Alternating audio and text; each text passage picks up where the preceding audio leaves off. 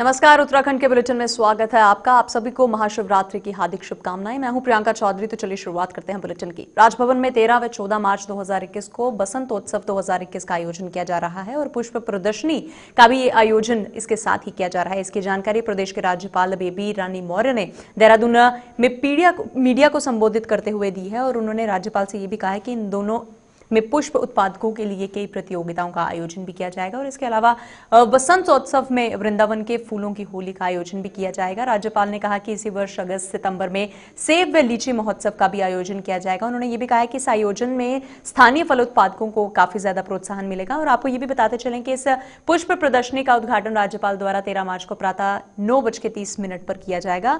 आमजन के लिए प्रदर्शनी दोनों दिन साय 6 बजे से लेकर खुली रहेंगी और दिनांक 14 मार्च को शाम को 4 बजे तक पुरस्कार वितरण करके ये समापन कर दिया जाएगा। मार्च को राजभवन में फ्लावर शो बसंत उत्सव का आयोजन करने जा रहे हैं। आपको विदित ही है और ये 2003 से प्रारंभ हुआ है। पुष्प प्रदर्शनी के रूप में शुरू हुआ ये आयोजन दिन ब दिन लोकप्रिय होकर अब एक बड़े सांस्कृतिक एवं आर्थिक महोत्सव के रूप में हो चुका है। मुख्यमंत्री तीरथ सिंह रावत ने पूर्व मुख्यमंत्री भुवन चंद्र खंडूरी से मुलाकात की और उनका आशीर्वाद भी लिया। इस अवसर पर मुख्यमंत्री ने कहा है कि आज वो जिस मुकाम पर पहुंचे हैं उसमें भुवन चंद्र खंडूरी अहम भूमिका निभाते हैं। उन्होंने ये भी कहा है कि राजनीति के कई अध्याय उन्होंने भुवन चंद्र खंडूरी से सीखे हैं और वहीं पूर्व मुख्यमंत्री भुवन चंद्र खंडूरी ने तीरथ सिंह रावत को जमकर उनकी सराहना भी की है। उन्हें राज्य का मुख्यमंत्री बनने की बधाई भी दी है। जनरल साहब मेरे पिता तुल्य हैं और मैंने बहुत कुछ सीखा उनसे। आज मैं यहाँ तक हूँ तो उन्हीं के कारण यहाँ तक जो सीख के आया हूँ और वो मेरे आदर्श के रूप में भी मैं उनको बोलता आया हूँ। तो हड़काता वही है जो अपनापन जिसमें होता है। तो बच्चे को ही हड़काया जाता, बाकी और किसी पे जिस पे अधिकार नहीं उसको हड़काया नहीं जाता है। इसलिए उससे सीख मिली है। नहीं, तीरथ है, तीरथ तो बहुत समर्पित कार्य करता है और क्योंकि बहुत सी लंबी लंबी कहानियाँ जब मैं शुरू में हम साथ साथ आए थे तो तीरथ तो उसमें मुझे तीरथ के पीछे चलना पड़ता था। ये इसको लोग जानते थे, मुझे कोई वैसे पहचानता नहीं था। तो ये है बहुत समर्पित लोगों का साथ मुझे मिला है। मैं बहुत भाग्यशाली रहा हूँ। फौज में आने के बाद और राजनीति में आया, राजनीति का कुछ पता नहीं था और बहुत सारे अच्छे लोग, अच्छे पार्टी के कार्यकर्ता थे और लोग थे जिन्होंने मुझे बहुत सहारा दिया, मार्गदर्शन किया और जो कुछ भी मैं कर पाया उन लोगों की वजह से। मुख्यमंत्री पद की शपथ लेने के बाद तीरथ सिंह रावत वीरवार को हरिद्वार पहुंचे और जहां पर उन्होंने हर की पौड़ी पर शाही स्नान कर साधु संतों का भी आशीर्वाद दिया। इस दौरान मुख्यमंत्री ने बताया कि उनकी पहली प्राथमिकता कुंभ को भव्य तरीके से संपन्न करवाना है और इस संबंध में उन्होंने शासन प्रशासन को आदेश भी दिए हैं कि कुंभ में किसी भी व्यक्ति को किसी टेस्ट के नाम पर या फिर अन्य किसी जांच के नाम पर रोका न जाए। बोरेक टोक श्रद्धालुओं को हरिद्वार आने दिया जाए और इसी दौरान उन्होंने कोरोना गाइडलाइन का पालन करने की भी अपील की है। उन्होंने ये भी कहा कि अगर सब कुछ ठीक रहा तो आने वाले महीने अप्रैल में कुंभ में बिना किसी रिपोर्ट या फिर बिना किसी जांच के आया जा सकता है। और नए मुख्यमंत्री तीरथ सिंह रावत ने ये भी साफ संदेश दिए हैं कि कुंभ को भव्यता और दिव्यता के साथ प्रशासन संपन्न करवाए।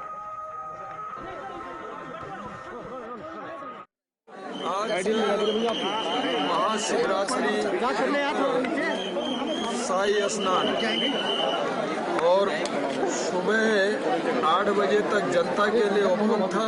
बड़ी भारी मात्रा रात भर लोग यहाँ स्नान करने आए थे और सुरक्षित वो लौटे हैं। उसके तत्काल बाद अखाड़ों शुरू हुए और पांचों अखाड़े बड़े शांतिपूर्ण तरीके से स्नान किए हुए हैं। अभी कुछ बाकी है। उसके बाद जब ये अखाड़ा पूरी तरह से स्नान कर लेंगे तो फिर जनता के लिए ओपन किया जाएगा। जनता के लिए कोई रोक टोक नहीं होगी। सब लोग गंगा माँ का आशीर्वाद ले सकते हैं, ये मेरा कहना है। कोई सख्ताई नहीं है। इतना जरूर है कि जो उसकी गाइडलाइन है कोविड की, उसका पालन करें, लेकिन सख्ताई नहीं होगी। सब लोगों के लिए ओपन है। साथ ही आज एक अलग से भव्य दिव्य ऐसा एक कार्यक्रम जो साधु संत हमारा अखाड़ा परिषद है, उनका स्वागत और अभिनंदन के लिए मैं स्वयं भी आया हूँ। मैंने भी फूल वर्षा की है, लेकिन साथ में हेलीकॉप्टर से भी उनका स्वागत और अभिनंदन फूल वर्षाओं से हमने करवाया है। ये पहली बार इस तरह का किया है और उससे हमारा सारे अखाड़ा परिषद, मेरी जैसे जिनसे भी बात हो रही है महामंडल उनके अध्यक्षों से, और ऐसे वो सब लोग प्रसन्नचित्त हैं, खुश हैं। इस व्यवस्था को देखते हुए हमारा पूरा प्रशासन यहाँ पे लगा हुआ है, इवन डीजी और सारे लोग यहाँ पर हैं और वो पूरी तरह सुरक्षित।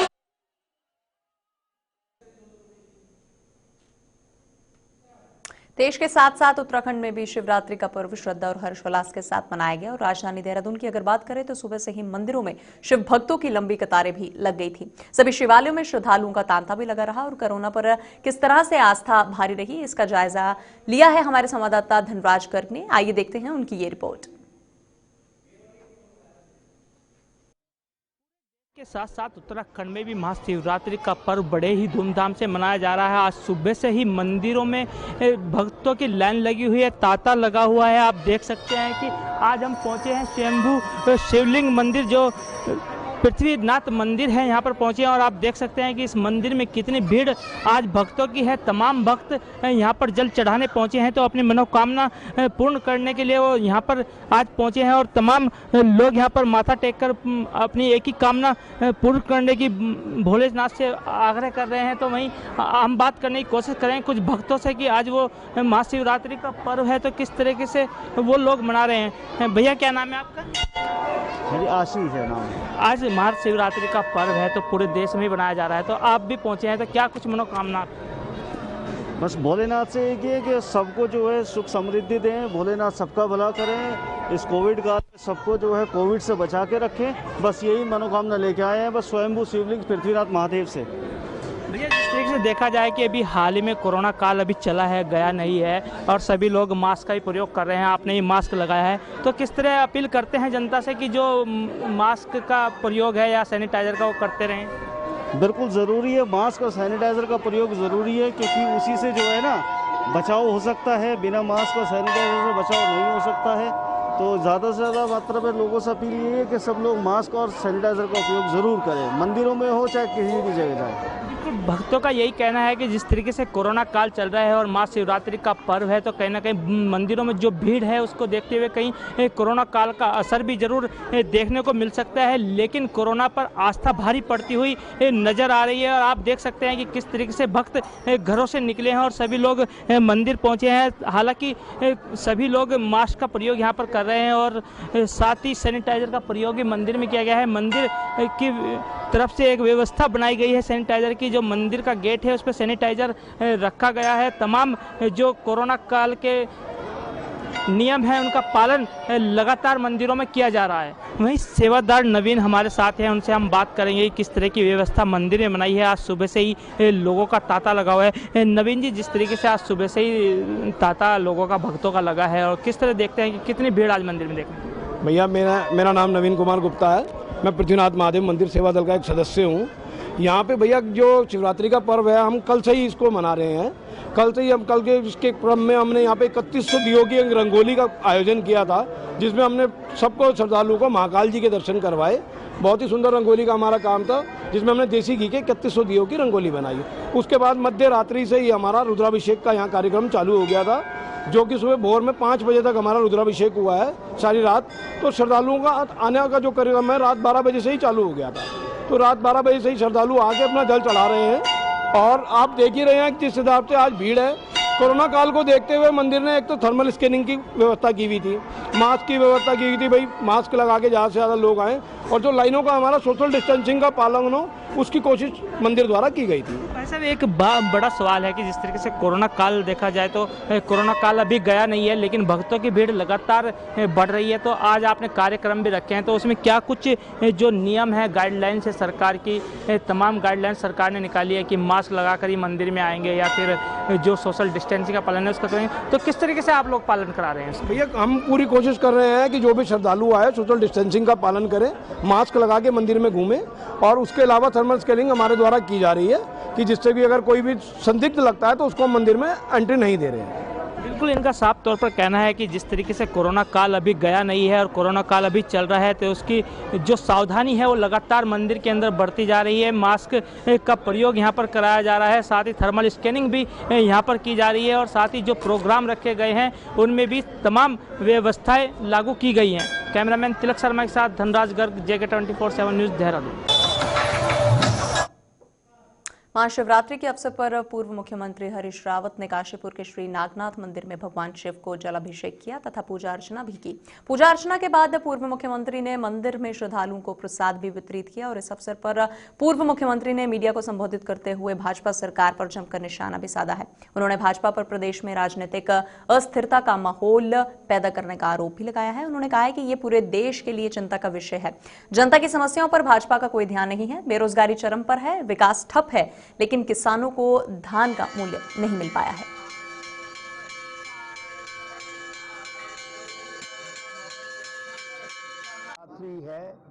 मैं सब लोगों को इस महान पर्व के मौके पर बहुत बहुत शुभकामना देता हूं। बम बम भोले।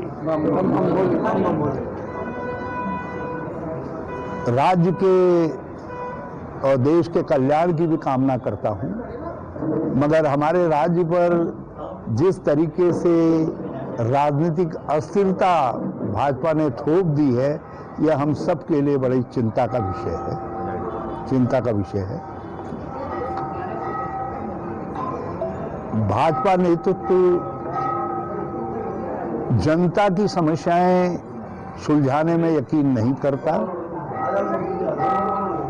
विकास ठप है, बेरोजगारी चरम पर है, किसानों के गन्ने और धान का अभी तक भी मूल्य अदा नहीं किया गया है।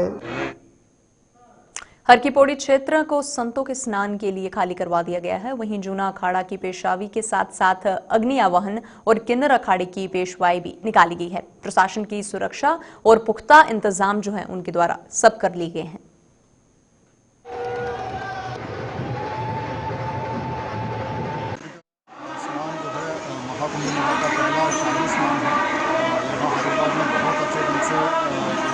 कार्यक्रम चल रहा है। अभी सभी अखाड़ों के ओर से अभी एक करके नहा करके हर की पौड़ी में नहाते हैं, तो और अन्य जो श्रद्धालु हैं विभिन्न घाटों में भी।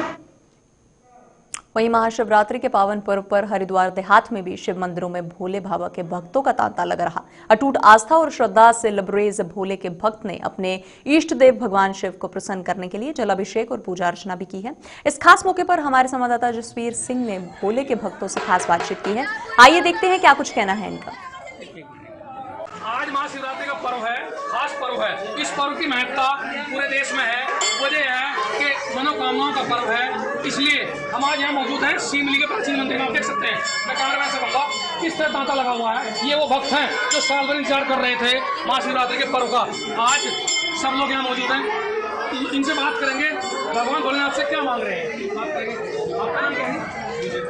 विजय भाई, आप मंदिर में मौजूद हैं, हाथ में प्रसाद की थाली लिए हुए हैं, क्या है, कितनी आस्था है, क्या मांग रहे हैं? देश की सुख शांति समृद्धि के लिए। आपने सुना? अच्छा, और भी लोग। आपका नाम क्या है? अमरीक सिंह। आपने बहुत अच्छा मास्क लगाया, अच्छी बात है। क्या किस आस्था के साथ में परिवार में सुख शांति रहे, देश में सुख शांति रहे। पुजारी जी हमारे साथ हैं। पुजारी जी, आप चाय भी ले रहे, अच्छी बात है।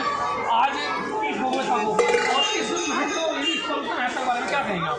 मैं तो यही कहूँगा कि भगवान भोलेनाथ हमारे देश की रक्षा करें, हमारे समाज की रक्षा करे और सबका भला करने के बाद हमारा सबका भला करने के बाद हमारा भला करे, राष्ट्र की रक्षा करे, देश की रक्षा करे, कोरोना वायरस का नाश हो। ये देख सकते हैं आप, ये जो भक्त हैं कहीं ना कहीं भोलेनाथ की पिंडी पर यानी कि शिवलिंग पर जल चढ़ा रहे हैं, किस तरह प्रार्थना कर रहे हैं। तो ये नज़ारा अकेले शिवलिंग मंदिर का नहीं है, पूरे देश में जहाँ जहाँ शिवालय हैं हर जगह आज शिव भक्त भोलेनाथ की पूजा अर्चना कर रहे हैं। और सबकी यही मांग है कि भगवान भोलेनाथ राष्ट्र और देश की तरक्की करें और उनके परिवार को सुख शांति से रखे। Jasveer Singh, JK 24 news, Lucknow.